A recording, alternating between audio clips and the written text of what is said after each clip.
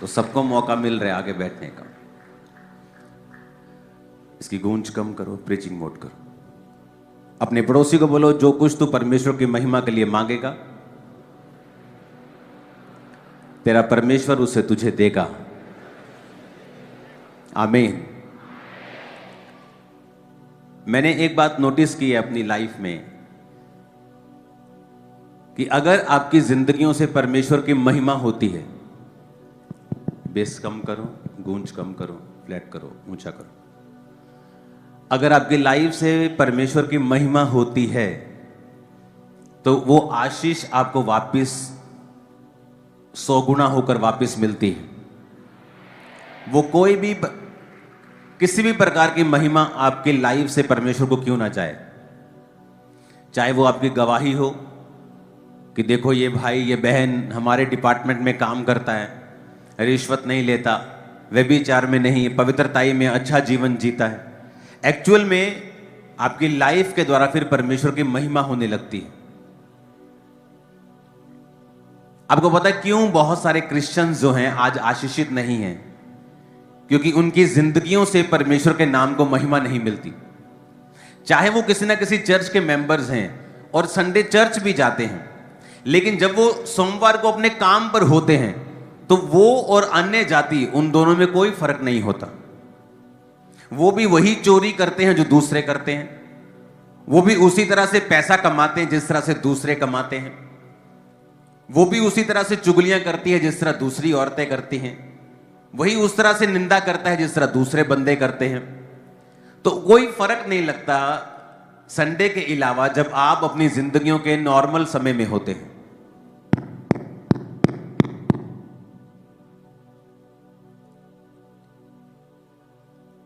एक परिवार को मैं मिल रहा था संडे, अगर वो परिवार यहां पे है तो उसको आगे लेके आना, टेस्टिमनी शायद आपने नोट की होगी, आराम से बिना हिले डुले।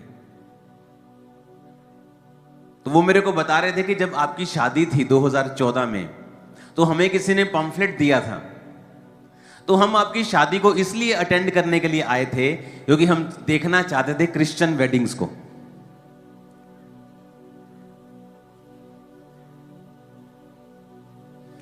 हम आपकी शादी को देखने के लिए आए थे चर्च। तो जब हम संडे दोबारा आए, आपकी शादी को जब हमने अटेंड किया, तो दोबारा मुझे देखने का दिल किया कि मैं संडे जाकर देखूं।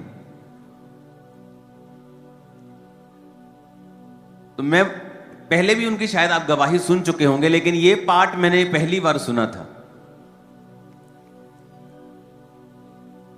आप एक शब्द में बता सकते हैं, परिवार का तारीफ करो परमेश्वर के इस परिवार के लिए। आप बता सकते हैं आपका नाम, आपकी दोनों बेटियां आप यही हैं? हाँ जी पापा। दोनों आ गई हैं? हाँ जी पापा जी। अच्छा, क्या हुआ था? आप पहली बार कैसे आए थे शादी पर? आप क्या बता रहे थे मेरे को जब आपसे मिला? पापा जी फर्स्ट टाइम ਤੁਹਾਡੀ ਮੈਰਿਜ ਤੇ ਅਸੀਂ ਆਏ ਸੀ। ਅਸੀਂ ਕਾਫੀ ਪਰੇਸ਼ਾਨ ਸੀ, ਮੇਰੇ ਹਸਬੰਡ ਡਰਿੰਕ ਕਾਫੀ ਕਰਦੇ ਸੀ ਤੇ ਸਾਡੇ ਗਵਾਂਢੀਆਂ ਨੇ ਦੱਸਿਆ ਸੀ ਕਿ ਤੁਸੀਂ ਚਰਚ ਤੁਹਾਨੂੰ ਲੈ ਕੇ ਜਾਣਾ, ਤੇ ਮੈਂ ਥੋੜਾ ਮੰਨੀ ਨਹੀਂ ਸੀ। ਮੇਰੇ ਮਦਰ ਇਨ ਲਾ ਲੈ ਕੇ ਆਏ ਸੀ। ਫਿਰ ਅਸੀਂ ਕਿਹਾ, ਉਹਨਾਂ ਨੇ ਦੱਸਿਆ ਕਿ ਉੱਥੇ ਪਾਸਟਰ ਜੀ ਦੀ ਮੈਰਿਜ ਹੈਗੀ ਹੈ ਤੇ ਤੁਸੀਂ ਕਾਫੀ ਚਮਤਕਾਰ ਹੋਣੇ, ਤੁਸੀਂ ਵੀ ਦੇਖੋ ਜਾ ਕੇ। ਤੇ ਬੱਚੇ ਮੈਨੂੰ ਫੋਰਸ ਕਰਨ ਲੱਗ ਗਏ ਕਿ ਤੁਸੀਂ ਚੱਲੋ, ਅਸੀਂ ਦੇਖਣਾ ਹੈਗਾ ਮੈਰਿਜ, ਕ੍ਰਿਸਚੀਅਨ ਮੈਰਿਜ ਕਿਸ ਤਰ੍ਹਾਂ ਦੀ ਹੁੰਦੀ ਹੈ ਨਾ। ਤੇ ਅਸੀਂ ਆਏ ਤੇ ਸਾਨੂੰ ਬਾਹਰ ਬਿਠਾਤਾ। ਜਦੋਂ ਅਸੀਂ ਦੇਖਿਆ ਮੈਂ ਕਿਹਾ ਇਹ ਕਿੱਦਾਂ ਦੀ ਚਰਚ ਹੈਗੀ ਵੀ ਟੈਂਟ ਲੱਗੇ ਹੋਏ ਆ। ਤੇ ਜਦੋਂ ਬਾਹਰ ਬਿਠਾਤਾ ਮੈਂ ਕਿਹਾ ਮੇਰੇ ਕੋ ਬੈਠਾ ਨਹੀਂ ਜਾਣਾ ਨੀਚੇ। ਤੇ ਕੋਈ ਲੇਡੀ ਸੀ ਸਾਡੇ ਨਾਲ, ਪਾਸਟਰ ਹੈਗੇ ਸੀ, ਉਹ ਸਾਨੂੰ ਅੰਦਰ ਲੈ ਗਏ ਤੁਹਾਡੇ ਜਿੱਥੇ ਤੁਹਾਡੀ ਮੈਰਿਜ ਹੋ ਰਹੀ ਸੀ, VIP ਸੈਕਸ਼ਨ 'ਚ ਜਿੱਦਾਂ। ਤੇ ਦੇਖਿਆ ਸੀ ਸਾਰਾ ਦਿਨ, ਸਾਰੀ ਰਾਤ ਸਾਡੀ ਮੈਰਿਜ ਦੇਖੀ, ਗਵਾਹੀਆਂ ਦੇਖੀਆਂ। ਫਿਰ ਨੈਕਸਟ ਟਾਈਮ ਤੁਸੀਂ ਕਿਹਾ ਸੀ ਕਿ ਮਤਲਬ ਤੁਸੀਂ ਆਪਣੇ ਡਾਕੂਮੈਂਟਸ ਲੈ ਕੇ ਆਣੇ ਹੈਗੇ ਆਪਣੇ, ਤੇ ਬੱਚੇ ਵੀ ਕਹਿਣ ਲੱਗੇ ਕਿ ਅਸੀਂ ਜਾਣਾ ਹੈਗਾ ਸੰਡੇ ਦੁਆਰਾ ਜਾਣਾ ਤੁਸੀਂ? ਹਾਂਜੀ, ਦੁਬਾਰਾ ਜਾਣਾ। ਤੇ ਅਸੀਂ ਬੇਟੀ ਨੇ ਡਾਕੂਮੈਂਟਸ ਤੇ ਕੁਝ ਨਹੀਂ ਸੀ, ਇਹਦੇ ਪਾਸਪੋਰਟ ਸੀ, ਤੇ ਪਾਸਪੋਰਟ ਲੈ ਕੇ ਆਏ। ਤੇ ਤੁਸੀਂ ਉਹਦੀ ਫੋਟੋ ਤੇ ਨਾ ਆਇਲ ਲਗਾਤਾ। ਤੁਸੀਂ ਲਿਖਿਆ ਇਹਦੇ 'ਚ ਕਿ ਤੁਹਾਡੇ ਹਸਬੰਡ ਦੀ ਜਿਹੜੀ ਸਪਾਈਨ ਸੀਗੀ, ਹਾਂਜੀ, ਉਹ ਫ੍ਰੈਕਚਰ ਸੀ। ਤੁਹਾਡੇ ਹਸਬੰਡ ਕਿੱਥੇ ਨੇ? ਅੱਛਾ। ਔਰ ਤੁਸੀਂ ਲਿਖਿਆ ਕਿ ਇਹ ਸ਼ਰਾਬ ਬਹੁਤ ਜ਼ਿਆਦਾ ਪੀਂਦੇ ਸੀਗੇ? ਹਾਂਜੀ ਹਾਂਜੀ। ਤੇ ਇਹ ਟੋਟਲ ਬੈੱਡ ਤੇ ਚਲੇ ਗਏ ਸੀਗੇ? ਹਾਂਜੀ। ਔਰ ਘਰ ਦੀ ਜਿਹੜੀ ਫਾਈਨੈਂਸ਼ੀਅਲ ਕੰਡੀਸ਼ਨ ਸੀ ਉਹ ਖਰਾਬ ਸੀਗੀ? ਹਾਂਜੀ। ਓਕੇ, ਫਿਰ ਤੁਸੀਂ ਵਿਆਹ ਤੇ ਆਏ, ਫਿਰ ਤੁਸੀਂ ਉਸ ਤੋਂ ਬਾਅਦ ਸੰਡੇ ਆਏ? ਹਾਂਜੀ ओके फिर की होया? ਪਾਪਾ ਤੁਸੀਂ ਨਾ ਪਾਸਪੋਰਟ ਦੀ ਫੋਟੋ ਤੇ ਨਾ ਆਇਲ ਲਗਾਤਾ। ਮੈਂ ਪਰੇਸ਼ਾਨ ਹੋ ਗਈ, ਮੈਂ ਕਿਹਾ ਲੈ ਮੇਰਾ ਪਾਸਪੋਰਟ ਖਰਾਬ ਹੋ ਗਿਆ। ਪਾਪਾ ਜੀ ਫਿਰ ਉਸ ਤੋਂ ਬਾਅਦ ਤੁਸੀਂ ਕਿਹਾ ਸੀ ਕਿ ਜਿਹੜੇ ਘਰ 'ਚ ਵੱਡੇ ਹੈਗੇ ਉਹਨਾਂ ਦਾ 1020 ਬੋਨਾ ਹੈਗਾ ਤੁਸੀਂ ਵੱਡਿਆਂ ਲਈ, ਤੇ ਮੇਰੀ ਬੇਟੀ ਇੱਕ ਛੋਟੀ ਸੀ, ਮੈਂ ਉਹਦੇ ਲਈ ਨਹੀਂ, ਤੇ ਮੇਰੇ ਕੋਲ 3000 ਵੀ ਨਹੀਂ ਹੈਗੇ ਸੀ ਉਸ ਟਾਈਮ ਤੇ ਮੈਂ ਆਪਣੇ ਟੌਪਸ ਗਹਿਣੇ ਪਾ ਕੇ ਤੇ और ਤੁਸੀਂ ਲਿਖਿਆ ਕਿ ਫਾਈਨੈਂਸ਼ੀਅਲੀ ਵੀ ਕਮਜ਼ੋਰ ਸੀਗੇ, ਹਾਂਜੀ ਘਰ 'ਚ ਕੁਝ ਵੀ ਨਹੀਂ ਸੀਗਾ, ਹਸਬੰਡ ਬਿਮਾਰ ਸੀਗੇ, ਤੁਸੀਂ ਬੀਜ ਨੂੰ ਬੋਇਆ, ਚਰਚ ਆਣਾ ਸਟਾਰਟ ਕੀਤਾ, ਔਰ ਉਹ ਵੀ ਕਿਸੇ ਦੇ ਕਹਿਣ ਦੇ ਉੱਤੇ। ਹਾਂਜੀ ਔਰ ਪਹਿਲੀ ਵਾਰੀ ਮੈਰਿਜ ਤੇ ਤੁਸੀਂ ਆਏ, ਹਾਂਜੀ ਉਸ ਤੋਂ ਬਾਅਦ ਸੰਡੇ ਆਏ, ਹਾਂਜੀ ਪ੍ਰੇਅਰ ਹੋਈ, ਹਾਂਜੀ ਪ੍ਰੇਅਰ ਦੇ ਬਾਅਦ ਕੀ ਹੋਇਆ? ਟੋਟਲੀ ਲਾਈਫ ਚੇਂਜ, ਜ਼ੀਰੋ ਤੋਂ ਹੀਰੋ ਬਣਾਤਾ ਪ੍ਰਭੂ ਨੇ। ਕੀ ਹੋਇਆ ਦੱਸੋ ਲੋਕਾਂ ਨੂੰ। ਮੇਰੇ ਹਸਬੰਡ ਦੇ ਜਿੱਦਾਂ ਸਪਾਈਨ 'ਚ ਫ੍ਰੈਕਚਰ ਸੀ, ਇਹ ਚੱਲ ਨਹੀਂ ਸਕਦਾ ਸੀ ਬਿਨਾਂ ਸਪੋਰਟ ਤੋਂ ਨਾ। ਉਸ ਤੋਂ ਬਾਅਦ ਤੁਸੀਂ ਇਹਨਾਂ ਦਾ ਅਭਿਸ਼ੇਕ ਕੀਤਾ ਆਇਲ ਦੇ ਨਾਲ, ਇਹਨਾਂ ਦੀ ਬੈਲਟ ਵੀ ਉਤਰ ਗਈ ਔਰ ਪੈਰ ਤੇ ਜਿਹੜੇ ਸਪੋਰਟ ਹੈਗੀ ਸੀ ਉਹ ਵੀ ਉਤਰ ਗਈ ਔਰ ਉਹ ਚੱਲਦੇ ਪੂਰੀ ਤਰ੍ਹਾਂ। ਹਾਂਜੀ ਹੁਣ ਪਾਪਾ ਜੀ ਸਵੇਰੇ ਬਿਨਾਂ ਅਲਾਰਮ ਤੋਂ, ਬਿਨਾਂ ਕਿਸੇ ਮਤਲਬ ਤੰਗੀ ਆਪਣੇ ਤੋਂ, ਕੋਲ ਟਾਈਮ ਬਹੁਤ ਥੋੜਾ, ਹਾਂਜੀ ਤੁਸੀਂ ਪਾਪਾ ਜੀ ਇਹ ਰੋਜ਼ ਆਉਂਦੇ ਆ ਔਰ घुटने पर प्रेयर करते हैं, ਬਿਲਕੁਲ ਹੀਲ ਹੋ ਗਏ। हाँ जी। ਬੇਟੀਆਂ ਦਾ ਕੀ ਬਣਿਆ? बेटी दोनों बेटियां मेरी कनाडा है और एक PR हो गई है। और साडा फाइनेंस प्रभु ने इतना ब्लेस किया है कि मैं दस नहीं सकती। दोनों बच्चे कनाडा पहुंच गए। हाँ जी। हस्बैंड हील हो गए। बच्चे, हाँ जी पापा जी तुसी मैनू कहा सी कि ताड़े बच्चे गॉड गिफ्टेड बच्चे हैं और सचमुच मेरे प्रभु ने मैनू इन्ने वधिया बच्चे दिते। मैं प्रेयर करदी कि सब दे बच्चे इदां दे होण। सुनो अभी इतना टाइम नहीं है क्योंकि अभी वचन भी है और 2 टेस्टिमनी है। अगर इनकी टेस्टिमनी आपको खुल के बताएं आपके कान खुल जाएंगे पूरी तरह से। मैंने अपनी मैरिज पे क्या फैसला किया था, मैंने कहा था मेरी मैरिज मैं चर्च के लोगों के साथ करूंगा, बंदगी करके हम करेंगे मैरिज। आप जानते कई बार, अब मेरे को देखो नहीं पता, मेरी मैरिज हो रही है, मेरी वाइफ साथ है, हम अपने काम में बिजी हैं, कुछ सामान वो चर्च सारे काम, और हमें नहीं पता कोई बंदे ऐसे आकर बैठे हैं जो सिर्फ मैरिज देखने के लिए आए। इमेजिन करो अगर यहां भी मैरिज के ऊपर गाने बज रहे होते, शराब चल रही होती, तो उनको कोई फर्क नहीं लगता।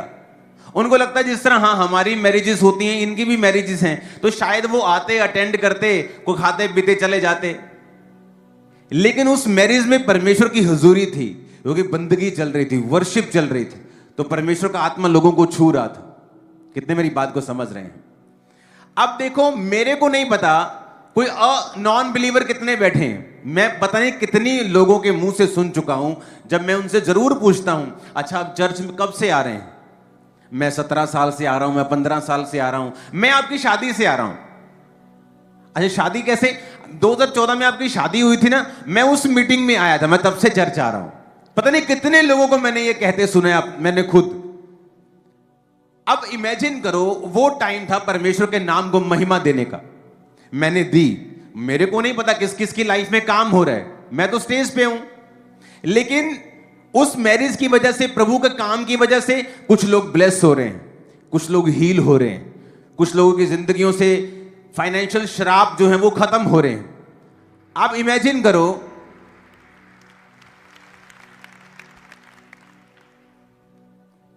अब यहां लिखा है कि स्पाइन फ्रैक्चर, डिप्रेशन में चले गए, शराब का नशा करते थे।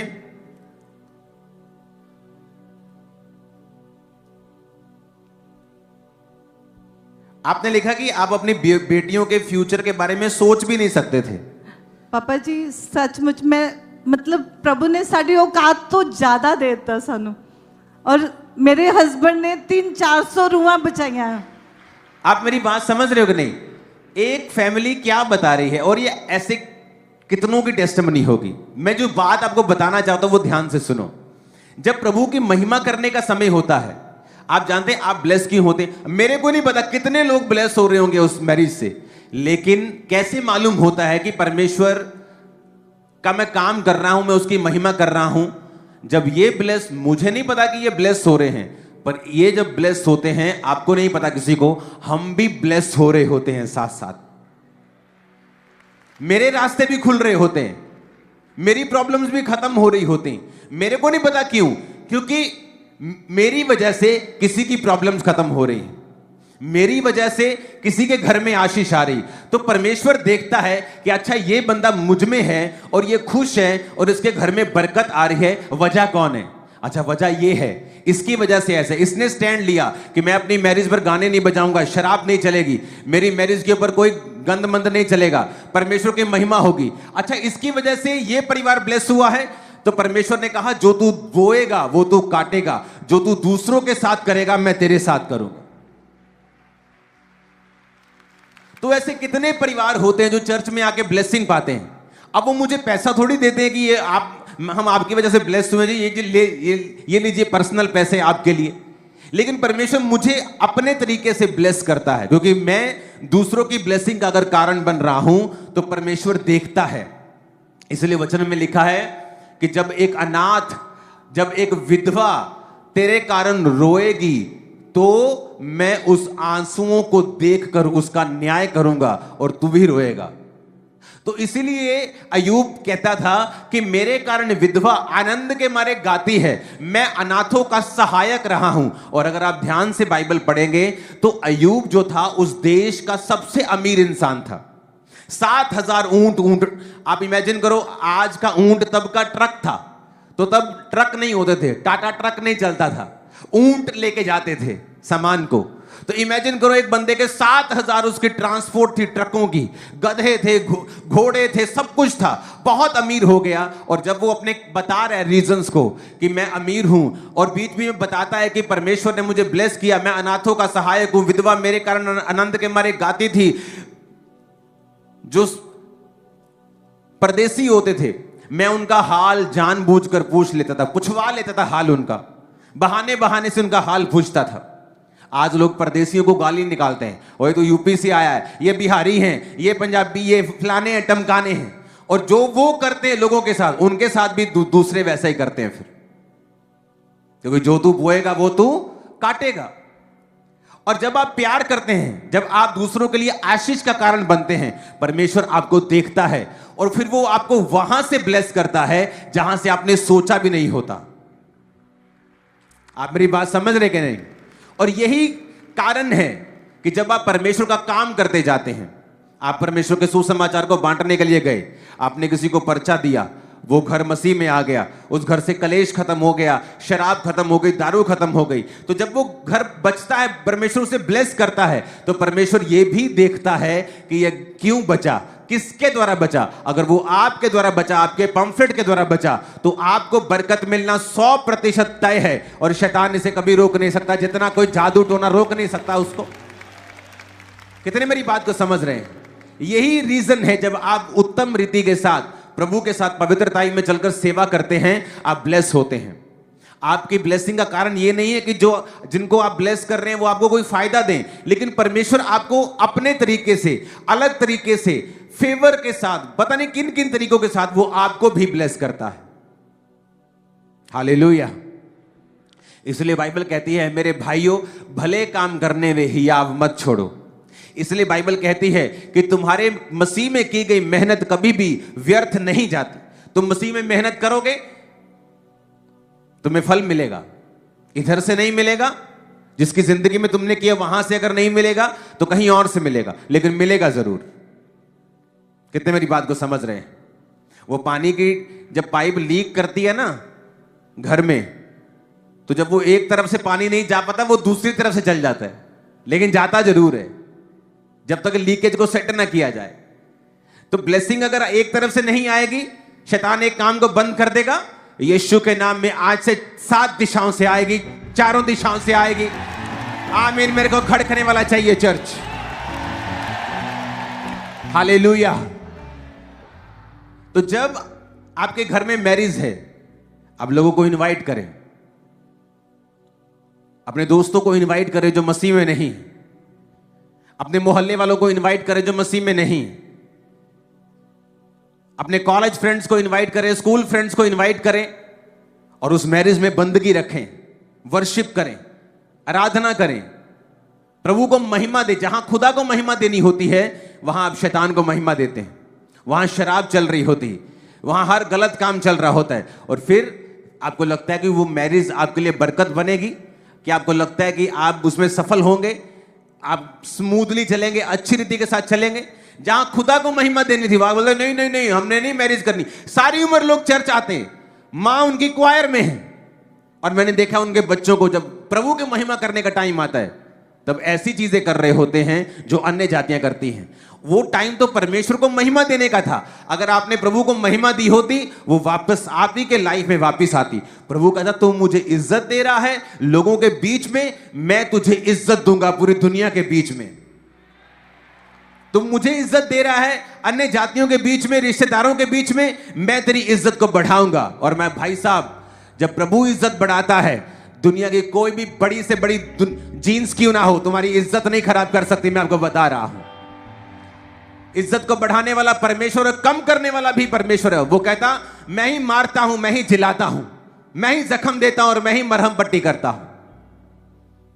बाइबल कहती है जब तक मनुष्य को ऊपर से कुछ ना दिया जाए वो कुछ नहीं पा सकता है। जब ऊपर से आती है इज्जत, कोई दुनिया की ताकत उसे खराब नहीं कर सकती, कोई दुनिया की ताकत उसे नीचा नहीं कर सकती। तो इसका मतलब जो ऊपर से आता है वो सर्वोत्तम भी है, जो ऊपर से आता है दुनिया उसे छीन भी नहीं सकती है। आज से अपनी लाइफ में अगर प्रण कर लोगे ना कि प्रभु मेरे जीवन से तेरे नाम को महिमा मिलेगी, मेरे जीवन से तेरे नाम को आशीष मिलेगी, तेरे नाम को लोग आशीषित करेंगे कि धन्य है परमेश्वर, धन्य है उसका नाम, कि तेरे नाम को लोग महिमा देंगे मेरे कारण। वायदा कर लो परमेश्वर से। और मैं आपको बता रहा हूं, संडे का जीवन, चर्च जाने वाला जीवन, ये कोई प्रभु को उस तरह से महिमा नहीं देता। संडे के बाद का जीवन, जो संडे आप सुन के जाते हैं, उसके बाद का जीवन जो सोमवार और मंगलवार और पूरा हफ्ता आप बिताते हैं, उसमें आप कैसा जीवन जीते हैं, उससे मालूम होता है कि वाकई आप मसीही हैं, वाकई आप परमेश्वर के लोग हैं, क्रिश्चियन हैं, आप नमक हैं, आप ज्योति हैं, परमेश्वर का रास्ता दिखाने वाले हैं। आमीन। ऐसा करके देखो, लाइफ स्टाइल ऐसा बनाकर देखो कि आपकी वजह से आपका पड़ोसी, आपका कोवर्कर, आपका साथी जो आपके साथ सेवा करता है, उसके जीवन में ब्लेसिंग आ रही है, क्योंकि आप पवित्रताई में हैं। क्योंकि जब आप व्यभिचार में होते हैं, लोगों को भी हियाव होता है व्यभिचार करने का। जब आप चोरी कर रहे होते हैं, आपके बच्चों के लिए फिर चोरी करना बड़ी आसान बात होगी। अगर बाप चोर है तो बच्चा डबल चोर बनता है। अगर बाप शराबी है तो बाप बोलता है बेटा 2 पैग कोई बात नहीं, लेकिन जब बच्चा बड़ा होगा वो 2 पैग नहीं, वो 10 पैग लगाएगा। तो ये अपनी लाइफ में मेक श्योर करो कि आप अपनी जिंदगी से प्रभु को महिमा देंगे। हालेलुया। ऊंची आवाज में तारीफ करो खुदाबंद को जोर से।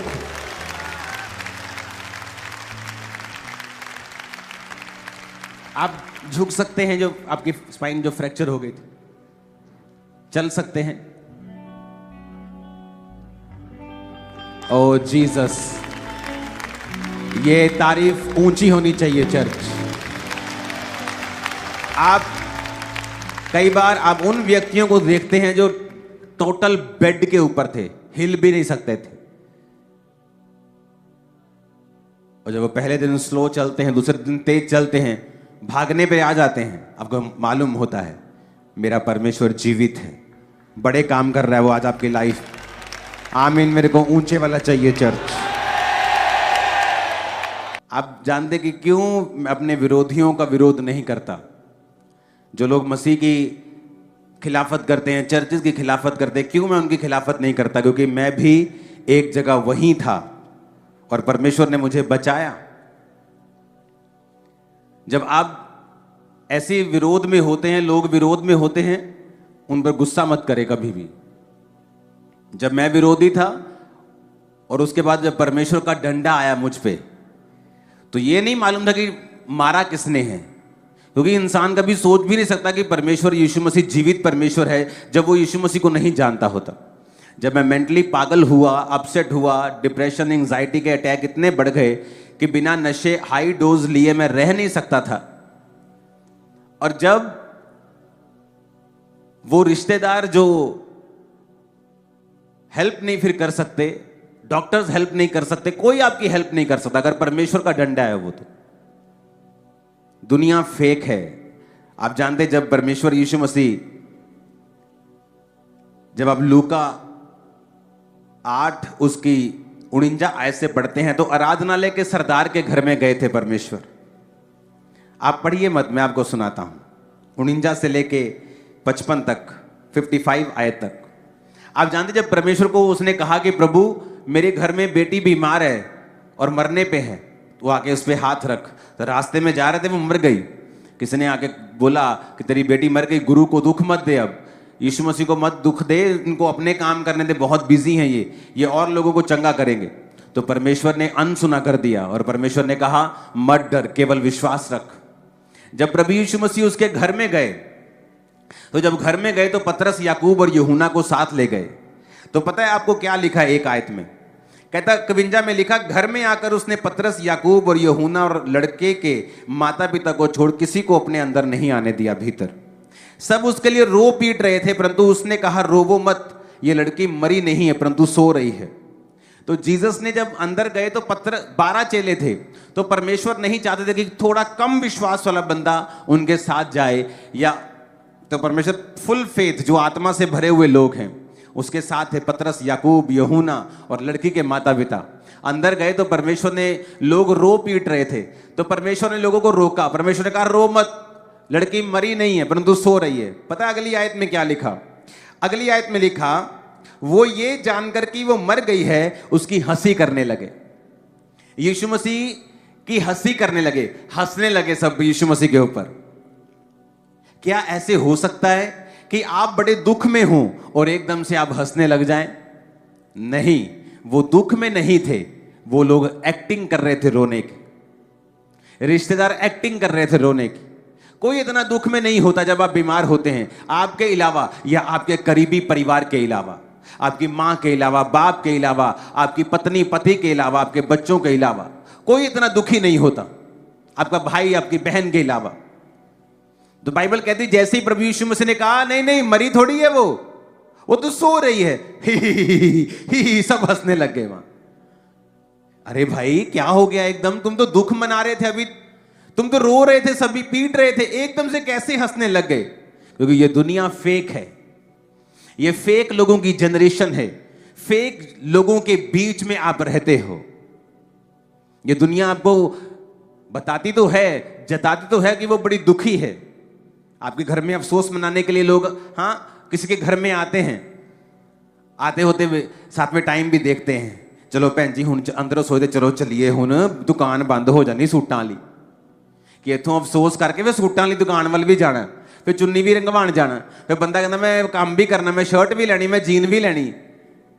वो तो सिर्फ आपके साथ सिंपैथी जताने के लिए आए हैं, दुख मनाने के लिए नहीं आए। जो दुखी है वो आप हैं या आपका इमीडिएट परिवार है, और कोई आपको दुख से फ्री नहीं कर सकता।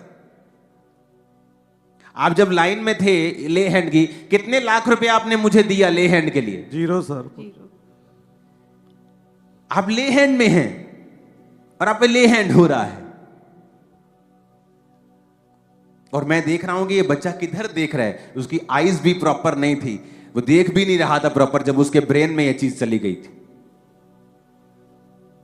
तो जब मैंने छोटे बच्चे को देखा तो मैंने तभी सामने पर्ची पे इनके लिखा था कि ब्लड कैंसर ये है वो है, इतने साल से अब ब्रेन में चला गया, डॉक्टर ने जवाब दे दिया। तो वो देख भी नहीं पा रहा था वो।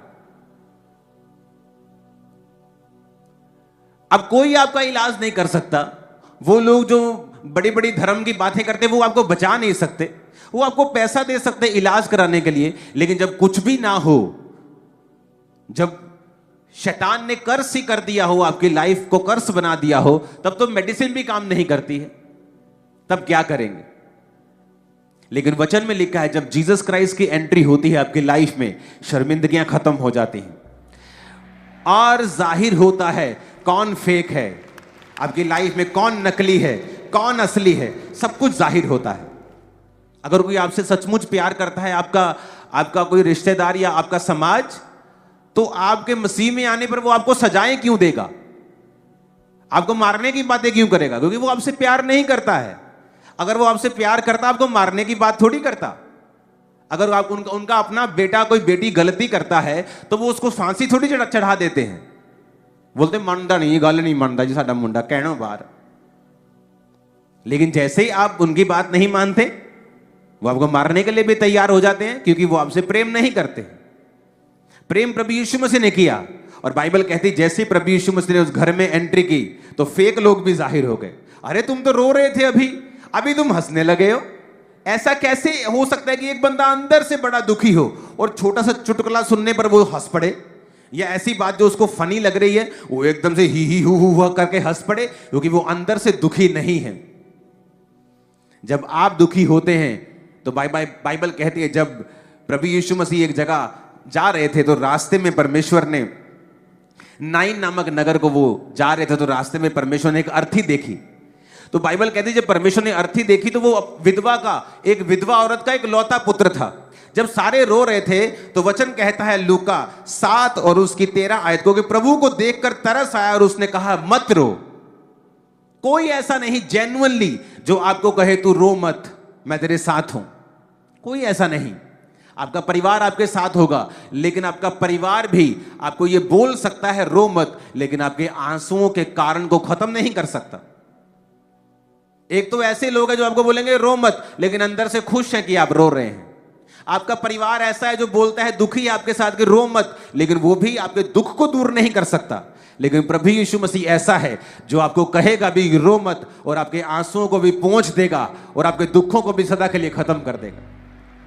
और बाइबल कहती है जब नाइन नामक नगर को प्रभु यीशु मसीह गए और देखा कि विधवा का इकलौता बेटा बीमार और मर गया। पहले तो है विधवा, उसका इकलौता बेटा भी मर गया।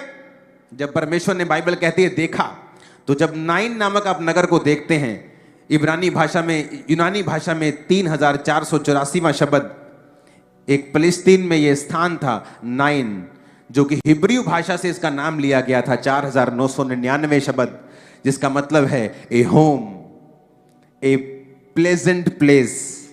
उस नगर का नाम था एक सुंदर जगह, एक खुशनुमा जगह।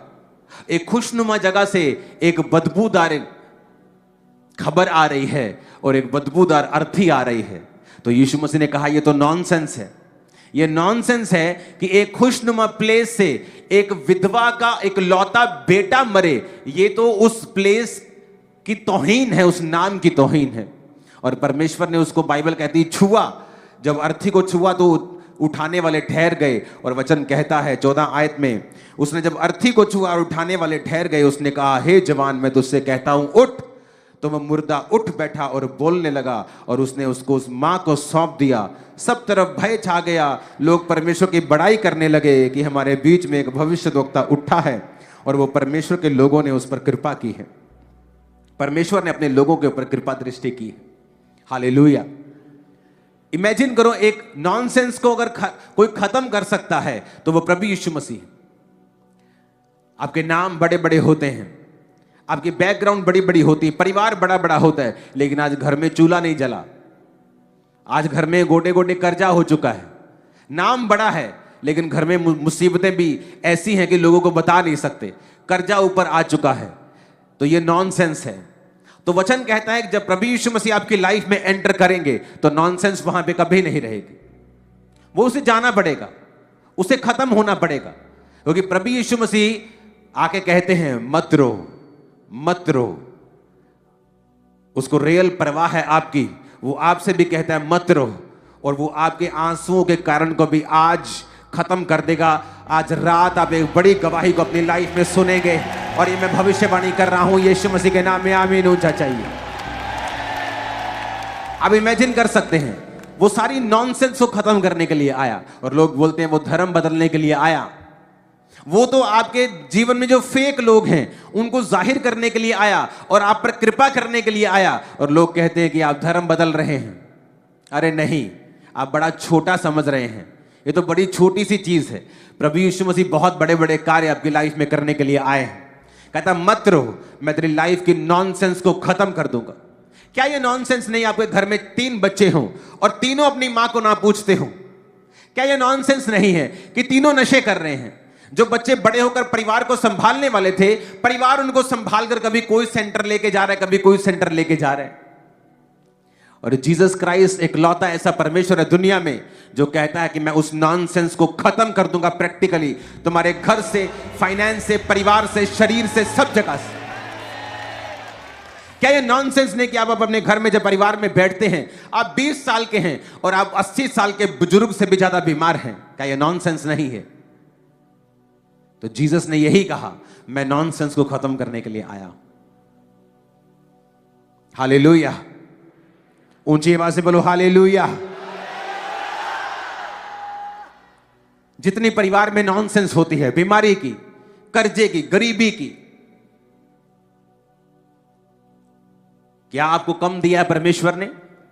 आपके पास भी वही दिमाग है, उतने ही पाउंड, उतने ही किलो, उतने ही ग्राम का, वही हार्ट, वही किडनीज, लेकिन आप पढ़ नहीं पा रहे हैं। मैं पढ़ाई में कमजोर हूं, क्या बात हो गई भाई?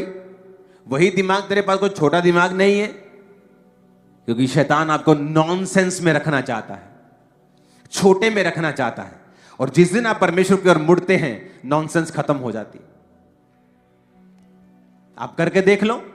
मैंने बच्चे देखे हैं बिल्कुल बुद्धू, परमेश्वर में आए, फर्स्ट आ रहे हैं क्लासेस में, अपनी अपनी क्लास में फर्स्ट आ रहे हैं, सेकंड आ रहे हैं, बुद्धि परमेश्वर ने खोल दी। बिजनेस नहीं चल रहा, परमेश्वर ने नॉनसेंस खत्म कर दी। इमेजिन करो परमेश्वर क्या क्या आपकी लाइफ में करते हैं जब आप परमेश्वर का पीछा करते हैं। तो लेकिन लोगों को अभी भी डर है, मैं बपतिस्मा ले लूं। अभी 8 साल से लोग चर्च आ रहे हैं, बपतिस्मा नहीं लिया किसी ने। अब बहुत कम है ऐसे, बहुत ही कम। पहले ऐसा ज्यादा होता था, अब तो जैसे बहुत ही कम रह गए ऐसे। जैसे दाल में काली दाल नहीं होती छोटी छोटी कहीं कहीं, वो अभी काली दाल वाला हिसाब रह गया कि 8 साल 6 साल भी बपतिस्मा लेने में सोचते हैं। तो परमेश्वर भी सोचता है कि मैं इसको ब्लेस करूं या ना करूं। वो कहता है तुझे शर्म आती है, तू झिझकता है, मुझे भी शर्म आती है तुझे अपना कहने में, मुझे भी झिझक आती है तुझे ब्लेस करने में। मैं अपनी लाइफ में ब्लेस इसलिए हूं कि जब मुझे यीशु मसीह का वचन मालूम होता था, उसी सेम टाइम मैं उस वचन को फॉलो करता था। सेम टाइम अगर मालूम था कि ये गलत है, खत्म करना है, खत्म, ये सही है, शुरू करना है, शुरू, खत्म, बस। इसलिए शायद मैं ज्यादा आशीषित रहा लोगों से। एक टेस्टिमनी को सुनेंगे, फिर आपको मालूम होगा कि वाकई ही परमेश्वर नॉनसेंस को खत्म करने के लिए दुनिया में आए। आमीन। मेरे को ऊंचे वाला चाहिए चर्च।